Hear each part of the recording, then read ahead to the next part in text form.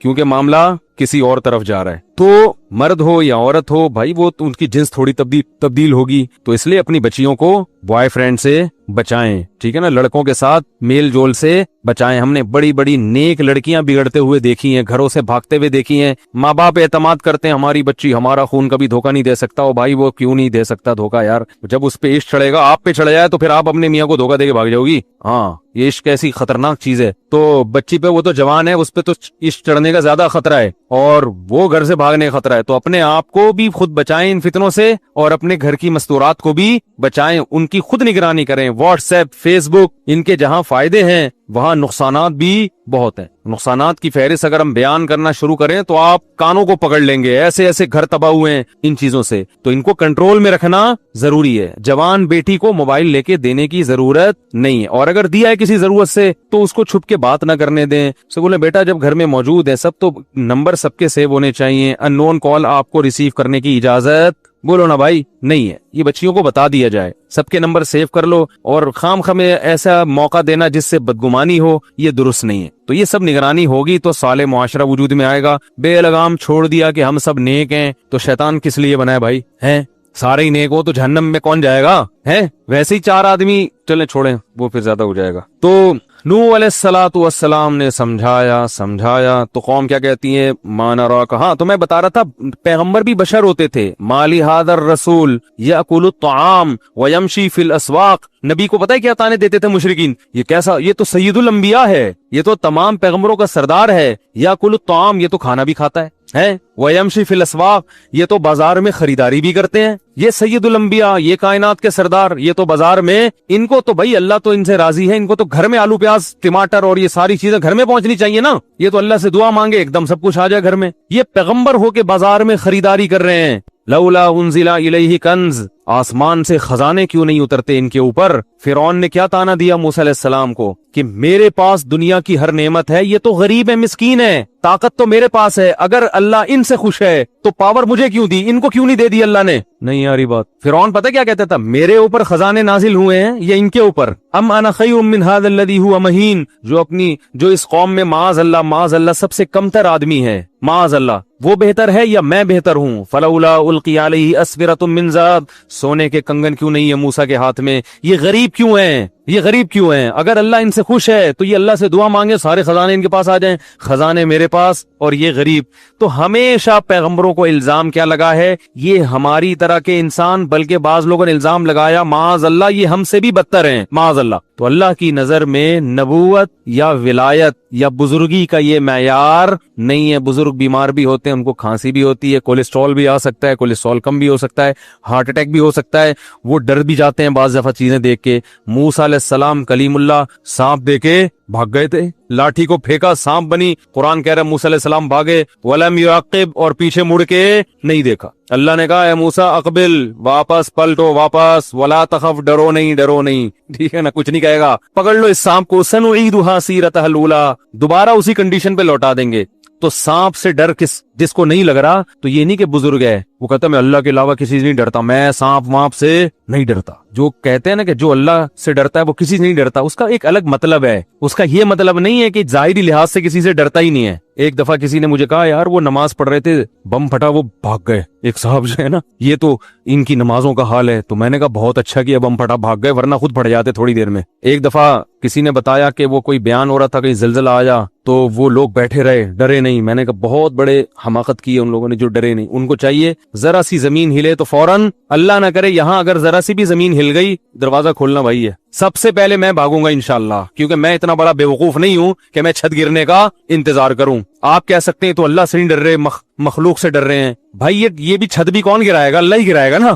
صحیح ہے نا, تو اللہ سے ہی ڈر رہے ہیں, اللہ بھی چھت نہیں گرا, ہم بھاگ رہے ہیں. تو اللہ تعالیٰ ہاں یہ کہہ سکتے ہیں بھائی موت تو ایک دن آنی ہے, تو اگر ہمیں پتہ چل جائے نا اس ٹائم پہ آنی ہے, پھر ہم چھت گرنے کا انتظار کر لیں گے. ہمیں تھوڑی پتہ ہے کب آنی ہے. ہمیں تو اللہ نے کہا بچ گئے تو اس کا مطلب ہے ابھی نہیں آنی تھی, ٹھیک ہے نا, مر گئے تو اس کا مطلب ہے آنی تھی. تو تقدیر کا ہمیں پہلے سے علم ہے ہی نہیں. تو جب علم ہی نہیں ہے تو ہم تو اپنے حساب سے کریں گے جو ہماری سمجھ میں آئے گا. تو اللہ نہ کرے کہیں ذرا سی بھی زمین ہلے, تراویح چھوڑ کے پتلی گلی سے نکلو, کوئی کہنا متقی نہیں ہو, بولے تو چلا جا بھائی, میں بھاگ رہا ہوں. تو یہ پاگلوں والی حرکتیں ہیں, بے وقوفوں والی باتیں ہیں. زلزلہ آ رہا ہے تو بھاگ نہیں رہے, وہاں سے طوفان آ رہا ہے تو ابے اللہ بچائے گا. ہم جب چھوٹے بچے تھے تو سمندری طوفان کا خطرہ تھا کراچی میں. یہ بہت پرانی بات ہے, میری عمر اس وقت 8 سال ہوگی, اور اس وقت جون جولائی کے روزے ہوتے تھے. والدہ نے ہمیں سحری کے لیے اٹھایا, اٹھتے تو تھے سحری میں, کبھی آدھا روزہ رکھتے تھے کبھی پورا رکھتے تھے. تو وہ اٹھایا تو پتہ چلا کہ کراچی میں طوفان آ رہا ہے. پولیس موبائلیں جو ہے نا وہ اسپیکر لے کے گھوم رہی تھی, مائک لے کے, کہ علاقہ خالی کرو. تو ہم جہاں پہلے رہا کرتے تھے وہ کچھ نسبتاً سمندر کے قریب تھا وہ ایریا. تو میں نے دیکھا جو نمازی پرہیزگار تھے وہ نہیں گئے, وہ دعائیں کر رہے ہیں. انہوں نے کہا اللہ بچائے گا. تو اللہ تو بچائے گا, آپ دعائیں بھی کرو, گاڑی میں بھی دعائیں ہو سکتی ہیں, بس میں بھی ہو سکتی ہیں دعائیں, بھاگو بھی اور ساتھ ساتھ دعائیں بھی کرو. وہ تو اللہ کا ویسے ہی فضل ہو گیا کہ وہ کہیں اور چلا گیا طوفان, کراچی بچ گیا. لیکن یہ پرلے درجے کی حماقت. کہیں سمندری طوفان کا خطرہ ہو, جتنی پتلی گلیاں ہیں, صحیح ہے نا, بھاگو. ہاں بچے چھوڑ کے نہ بھاگو, بیوی بچے وہ بھی ہماری طرح کے انسان ہیں, تو پہلے ان کو بس میں بٹھاؤ. اس موقع پر توکل کیا جائے گا کہ یار پہلے ان کی جان بچانے کی فکر کرو, پھر اپنی. اس دوران اگر شہید مر گئے تو شہادت کا اجر ملے گا کہ دیکھو اپنے بچوں کی خاطر اس نے جان دے دی. ایسا نہ بھاگو کہ ان کو چھوڑا اور نکل لیے, پہلے ان کو سیف سائڈ, پھر خود نکلو وہاں سے, لیکن نکلو ضرور. تو یہ بزرگی کی, تقوی کی جو عجیب سی ہم لوگوں نے ایک, وہ ملا نصیر الدین کے واقعات بڑے مشہور ہیں نا, وہ بڑے ہوشیار آدمی تھے. ایک دن ایک آدمی جو تھا وہ بارش میں چھتری لے کے جا رہا تھا. ملا نے کہا بتاؤ, ملا نصیر نے کہا بتاؤ بارش اللہ کی نعمت ہے یا نہیں؟ اس نے کہا ہے. اس نے کہا اس اللہ کی نعمت سے جان چھڑا رہے ہو یار تم, ہیں جگہ جگہ قرآن میں اللہ نے کہا ہے کہ یہ بارش کیا ہے, اللہ کی نعمت. اللہ نعمت دے رہا ہے اور تم اپنے آپ کو بچا رہے ہو. بیچارہ شرمندہ ہوا, چھتری ہٹا دی اس نے, تھا تو مسلمان, اب بھیگتا ہوا جا رہا, ٹٹرتا ہوا نا, بخار ہو گیا. اگلے دن پھر بارش ہوئی تو ملا صاحب چھتری لے کے جا رہے ہیں. اس نے بولا یہ تو اللہ کی رحمت ہے, بچ کیوں رہے ہو؟ اس نے کہا میں گناہگار, اللہ کی اس رحمت کو اپنے پاؤں سے روندوں یہ مجھ سے برداشت نہیں ہوتا. یہ پانی میرے پاؤں کے نیچے آ کے گرے ہیں, میں گناہگار, ایسا گناہگار, میں اس نعمت کا مستحق کہاں اس نعمت, ایسے کر کے 1.5 ہوشیاری. تو یہ جو استثاء کے تقوی کی ترغیب دیتے ہیں نا آپ کو, یہ خود بڑے 1.5 ہوشیار ہوتے ہیں, ٹھیک ہے نا. جیسے ہی زلزلہ آئے گا سب سے پہلے یہ فرار ہوں گے. تو اللہ نہ کرے کہیں زلزلہ آئے, ذرا سا بھی جھٹکا ہو, فوراً لازم ہے گھر سے باہر نکل کے گلی میں آ جاؤ. اس میں فنٹر گیری, وہاں کھڑے ہو کر دعائیں مانگو, چلتے ہوئے بھی ذکر کرو, اور بچوں کو بھی نکالو اپنے. اور اس میں بہت احتیاط کی ضرورت ہے ان چیزوں میں. خیر, نبی نے فرمایا جب نماز پڑھ رہے ہو اور سانپ نظر آئے تو آپ نے فرمایا نماز چھوڑ کے پہلے کیا کرو, سانپ کو مارو. ایسا بھی ہوتا ہے نماز پڑھ رہے ہیں گاؤں دیہات میں نا, بڑے خوش, سانپ نظر آیا. اب وہ سانپ سب کے تقوی کا امتحان لے رہا ہوتا ہے. وہ سانپ جو ہے نا تقوی کا کیا لے رہا ہوتا ہے, دیکھوں کون نماز توڑتا ہے, کیونکہ وہ سمجھتے ہیں کہ جو توڑے گا وہ تقوی کے خلاف. تو توڑ دو بھائی. نماز کے دوران کوئی بیمار ہو کے گر جائے تو نماز توڑ کے اس کو اٹھا کے فوراً ہاسپٹل لے کے جاؤ. تو یہ بھی ہونا چاہیے کہ فوراً نماز توڑ کے بھائی اس کو ہاسپٹل لے کے جاؤ. کوئی بھی مسئلہ ہو, نماز کے دوران کوئی دہشت گردی کا خطرہ ہو, خدا نخواستہ کوئی آپ کو مشکوک آدمی نظر آیا, نماز توڑ کے فوراً اس کو پکڑو پہلے جا کے. سمجھ رہے ہیں, امام کو نظر آیا کوئی مشکوک آدمی محراب میں, بالفرض امام کو چاہیے فوراً پتلی گلی سے نکل جائے. تو یہ سب چیزیں ہمارے دین اور مذہب کا حصہ ہیں, ایسی احتیاطی تدابیر اختیار کرنا. اچھا میرے بھائی, تو وہ کیا کہنے لگے, ہماری طرح کے انسان ہیں, اور وما نراک تبعک الا الذین هم اراذلنا بادی الرائے. دوسری بات یہ, آپ کو جو فالو کرنے والے لوگ ہیں نا وہ بھی قوم کے پست ترین لوگ ہیں, غریب لوگ. جیسے میں نے اس دن بیان میں بتایا تھا نا تفصیل سے کہ زیادہ تر دین کی دعوت کو کون لبیک کہتا ہے, غریب مسکین زیادہ ہمیشہ پہل وہی کرتے ہیں.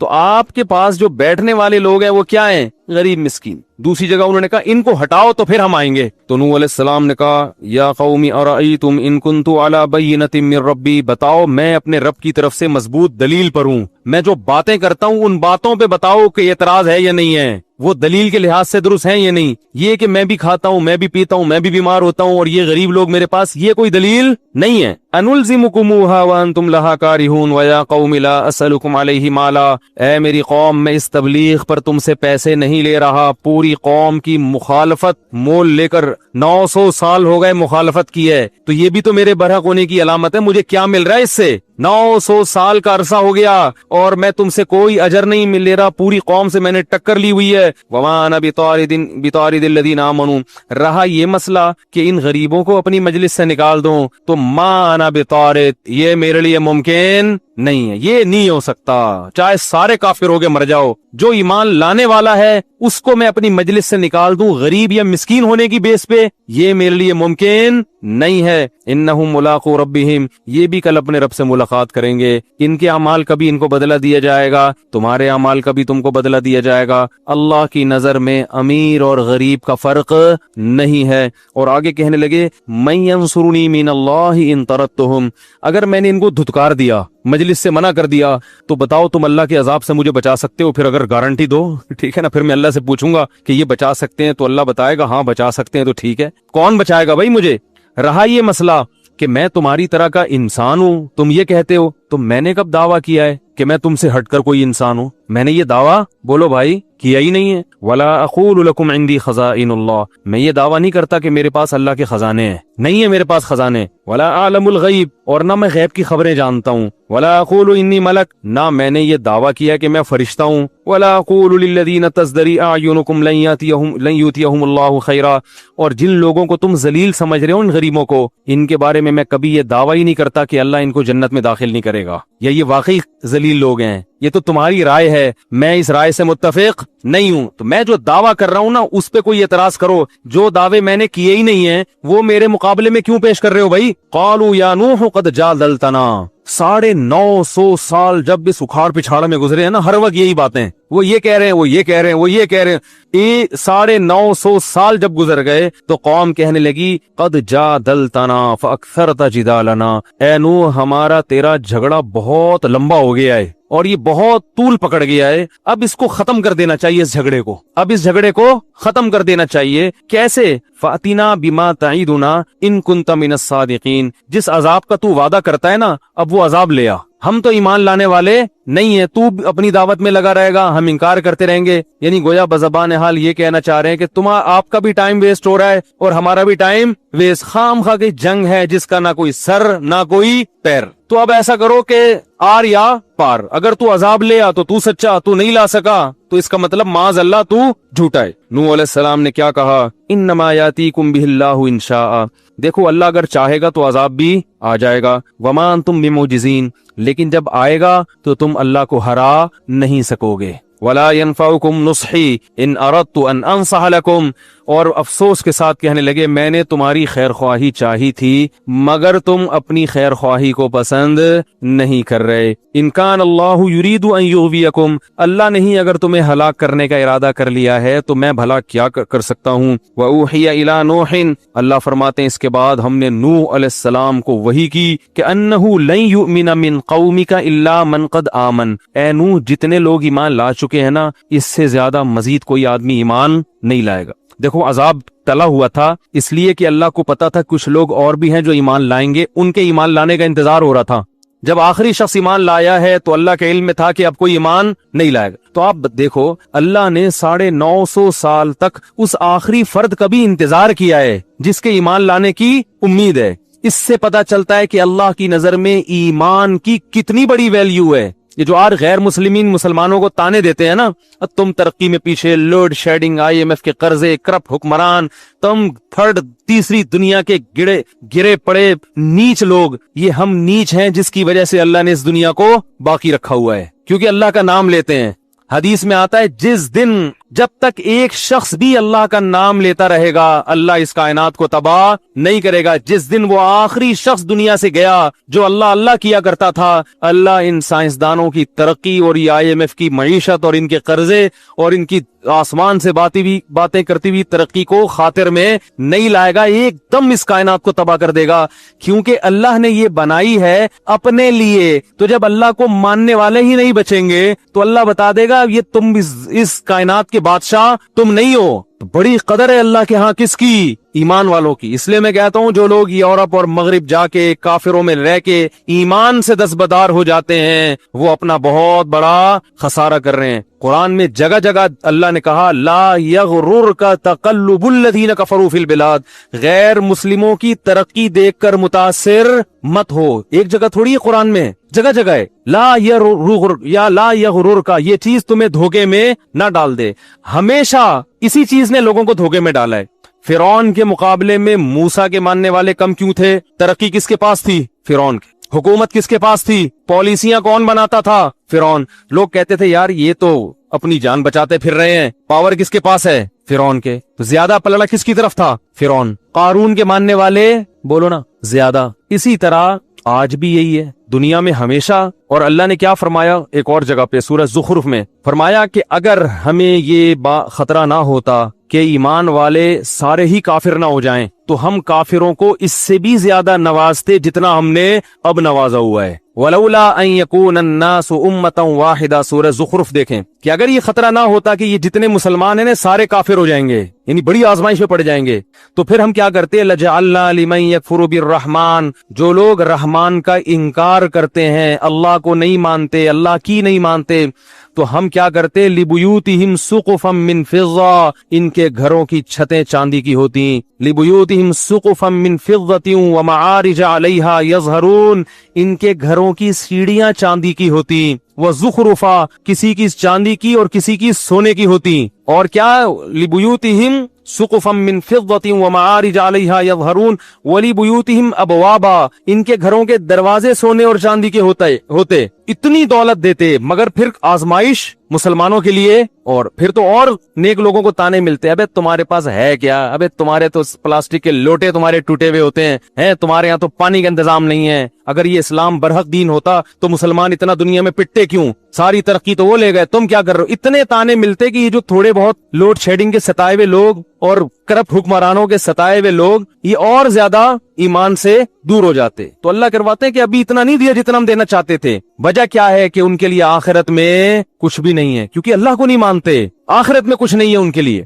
اس کی مثال بالکل ایسے ہے کہ ایک باپ کے دو بیٹے ہوں, ایک فرما بردار اور ایک نافرمان. باپ کی اربوں خربوں کی جائیداد ہے, اربوں خربوں کی جائیداد ہے باپ کی, لیکن باپ کیا کر رہا ہے کہ ایک بیٹا جو نہیں مانتا اس کو پیسے دیتا ہے جیب خرچی, اور جو بیٹا مان کے چلتا ہے اس کو زیادہ لفٹ نہیں کراتا, اس کو صرف گٹکے کے 5 روپے 20 روپے یہ پکڑا دیا, سگریٹ اور رکشے کا کرایہ دے دیا, اس سے زیادہ نہیں. اب کوئی محلے والا آئے بولے یار یہ آپ کی مانتا نہیں ہے, اس کو تو آپ جیب خرچی دے رہے ہو, اور وہ کچھ بھی نہیں مانتا, وہ آپ کی اتنی فرما برداری کرتا ہے, تو باپ جواب میں کہتا ہے بھائی پوری پراپرٹی اس کے نام کر چکا ہوں میں, اس کے لیے کچھ بھی نہیں چھوڑا, تو بس اس کو تھوڑا بہت دے رہا ہوں. اس کو اس لیے نہیں دے رہا کہ میرے مرنے کے بعد ساری پراپرٹی کس کی ہے, اس کی, اس کو تو آگ کر چکا ہوں میں. تو اللہ تعالیٰ نے جو اللہ کو نہیں مانتے آخرت سے ان کو آگ کر دیا ہے, کچھ نہیں ملے گا. مثل الذین کفروا بربہم, جو لوگ اپنے رب کا انکار کرتے ہیں, اعمالہم کرماد, ان کے عمل کی مثال راکھ کے ڈھیر کی طرح, راکھ کا پہاڑ, بجری کی ریت تھوڑی سی بھی ہونا وزن ہوگا, اور راکھ کا پورا پہاڑ ہو پھونک مارو اڑ جائے گا. تو دیکھنے میں بہت ہے, وزن میں زیرو. تو غیر مسلم کا عمل یا اس کی اچھائی دیکھنے میں بہت اچھی ہوتی ہے, اتنے ٹرسٹ چلا رہے ہیں, کتنے اچھے اخلاق سے بات کرتے ہیں, ہر بات سے پہلے بھی تھینک یو اور بات کے آخر میں بھی تھینک یو, ایکسکیوز کیے بغیر کوئی بات کرتے نہیں ہیں, پلیز کے بغیر بات کرنے کا رواج ہے ہی نہیں. ہمارے ہاں بات کے سے پہلے بھی احتیاطاً گالی, اور درمیان میں بھی گالی, اور بات ختم کرنے کے بعد ایک ٹھڈا, اور اس کے بعد احتیاطاً ایک گالی. اگر کوئی بڑا آفیسر بات کر رہا ہو نا, پولیس والا بات کر رہا ہو, یہی ہوتا ہے نا. تو کتنے اچھے اخلاق, تھینک یو, اور ہر بات میں تھوڑا سا باہر بھی سفر ہوا نا, باقی اخلاق کم از کم بات کرنے کی تمیز ہے, اور ہمارے یہاں پبلک کو بات کرنے کی تمیز نہیں. ایئر لائن میں پتہ چل جاتا ہے, جہازوں میں سفر کرو نا, کسی غیر مسلم ملک کا جہاز ہوگا, عجیب ہی بٹن دباؤ سارے کام ہو رہے ہیں. اپنے ملک کے جہاز میں بیٹھو, بٹن دباؤ, کوئی بندہ ہی نہیں آتا, آئے گا تو بھول جائے گا. میں نے بٹن دبایا, پانی منگوایا, میں نے لیا بھائی پانی, کہہ رہا اچھا, پھر آیا ہی نہیں. کراچی جب میں اترنے لگا, اس نے کہا مجھے یاد ہے آپ نے پانی منگوایا تھا, میں ذرا بھول گیا. ہم نے کہا کوئی بات نہیں, کیا بگاڑ سکتے ہیں بھائی, کیا بگاڑ سکتے. تو لیکن اللہ کیا کہہ رہا ہے, اعمالہم کرماد, راکھ کے ڈھیر, کیونکہ ایک جرم اتنا بڑا انہوں نے کر لیا کہ اس جرم کا وزن ان کی نیکیوں کو کھا جائے گا. جیسے گھر میں بچے ہوں, بیٹا باپ کی نافرمانی کرتا ہو, مانتا نہیں ہو, لیکن مانتا ہو کہ ابا بہرحال میرا یہی ہے. دوسرا بیٹا بڑا فرما بردار ہے,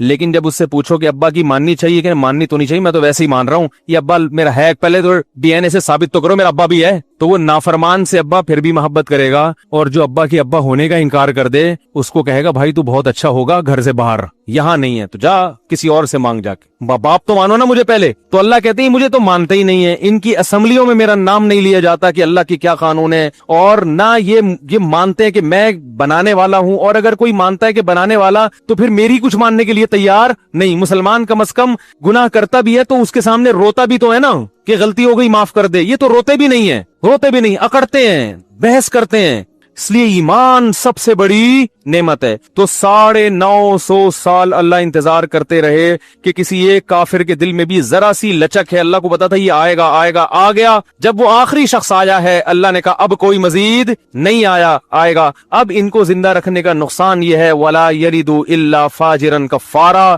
یہ ایسی اولادیں پیدا کریں گی جو جہنم کی آگ کا ایندھن بنیں گی. ایسی اولادیں پیدا کرنے کے لیے ان کو دنیا میں چھوڑنا یہ انسانیت پہ رحم نہیں ہے. ان کی اولادیں بھی ایسے ہی نکلیں گی. تو کیسا اللہ نے ایمان کی قدر کی, اور یہی نبی صلی اللہ علیہ وسلم کو بھی حکم دیا. جب مشرکین کے نے کچھ صحابہ کو لے جا کے قتل کر دیا نا, آپ صلی اللہ علیہ وسلم بہت غضبناک ہوئے اور کچھ قبیلوں کے لیے آپ صلی اللہ علیہ وسلم بددعائیں مانگنے لگے, فجر کی نماز میں قنوت نازلہ پڑھنے لگے. تو اللہ نے قرآن میں آیت نازل کی لیس لک من الامر شیء او یتوب علیہم او یعذبہم, اے نبی آپ ان کے لیے بددعا نہ کریں کیونکہ ان میں کچھ ایسے لوگ ہیں جن کو توبہ کی توفیق ملنے والی ہے. کچھ ایسے ہیں جن کو توبہ کی توفیق اللہ کے علم میں ہے کہ وہ ایمان قبول کر لیں گے. تو اللہ نبی کی بددعاؤں کو ان کی طرف پھیرنا نہیں چاہتے. ابو سفیان مسلمان ہو گئے تھے, ابو جہل کے بیٹے اکرمہ, نبی تو سب کے لیے بددعا کر رہے تھے نا جب بہت ستایا تھا انہوں نے, اور فرمایا کچھ ایسے جو ایمان قبول نہیں کریں گے تو اللہ ان کو خود عذاب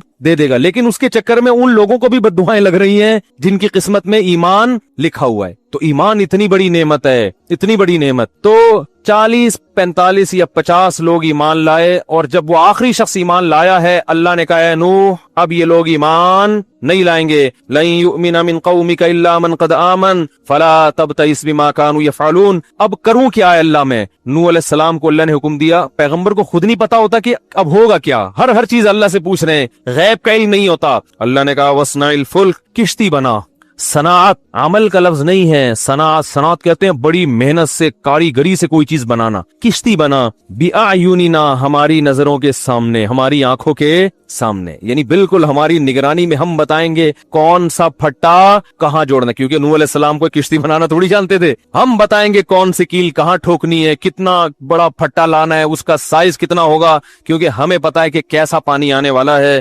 وَوَحْيِنَا وَلَا تُخَاطِبْنِي فِي الَّذِينَ ظَلَمُوا, اور اب ان ظالموں کے بارے میں مجھ سے کلام بھی مت کرنا. ایسا نہ ہو کہ آپ کو ان پہ ترس آنا شروع ہو جائے اور آپ کہیں کہ اللہ مزید مہلت دے دو. آپ کو اب ان کے حق میں دعا کرنے کی اجازت نہیں ہے. انہم مغرقون, یہ سب کے سب غرق ہوں گے, اور اللہ نے ان کے غرق ہونے کا فیصلہ کر لیا ہے. یہ واقعہ تو قرآن میں بھی ہے, اس کو یہودی بھی مانتے ہیں اور اس کو عیسائی. دنیا میں اتنا بڑا واقعہ ہوا تھا کہ تمام آسمانی کتابیں یا کوئی ایسی تاریخی ورق جو اس زمانے سے چلا آ رہا ہے, ان تمام کتابوں میں, صحیفوں میں یہ واقعہ موجود ہے. آج بھی تورات میں بھی ہے اور انجیل میں بھی ہے. تھوڑی انہوں نے تبدیلی تو کر لی, مگر اس طوفان کا اور اس بارش کا اور پوری دنیا کے انسانوں کا تباہ ہونا یہ تمام کتابوں میں لکھا ہوا ہے. تو اللہ نے فرمایا وَيَصْنَعُ الْفُلْكَ, نوح علیہ السلام کشتی تیار کر رہے تھے.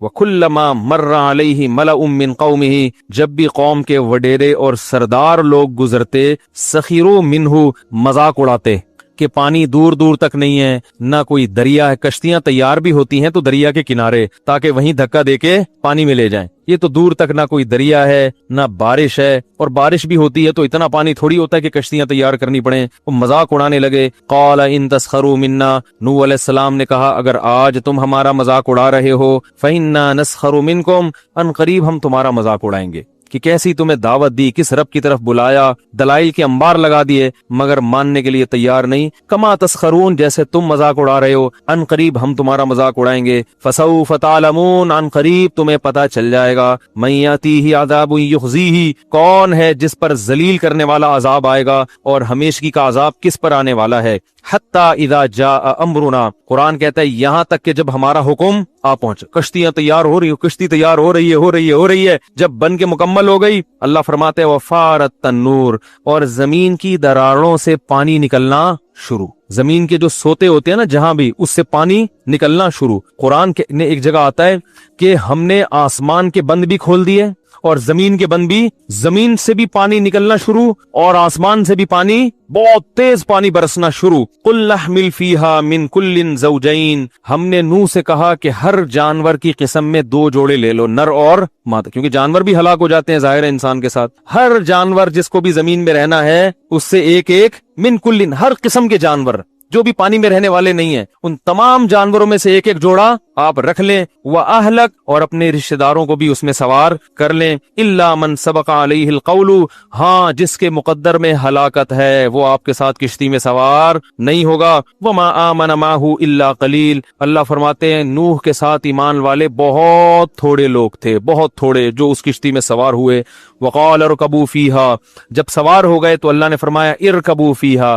اس کشتی میں سوار ہو جاؤ، بسم اللہ مجریہا اللہ کے نام سے اس کا چلنا ہے، ومرساہا اور اللہ کے نام سے اس کا ٹھہرنا ہے۔ کشتی میں سوار ہونے کی دعا بھی یہی ہے کہ اللہ کے نام سے چلے گی اور اللہ کے نام سے ٹھہرے گی، ان ربی لغفور الرحیم اور یہ کہو کہ میرا رب بہت مغفرت کرنے والا اور اپنے بندوں پر بہت رحم کرنے والا ہے۔ وہی تجری بہم فی موج اللہ فرماتے ہیں وہ کشتی ایک موج کی طرح چل رہی تھی، جیسے سمندر کی لہریں اوپر نیچے ہوتی ہیں تو کشتی بھی ایسے ہو رہی تھی، اتنا طوفان آیا، کل جبال پہاڑ کی طرح پانی کے اندر ایسے جیسے بہت بڑا پہاڑ ہچکولے کھا رہا ہو ایسے چل رہی تھی۔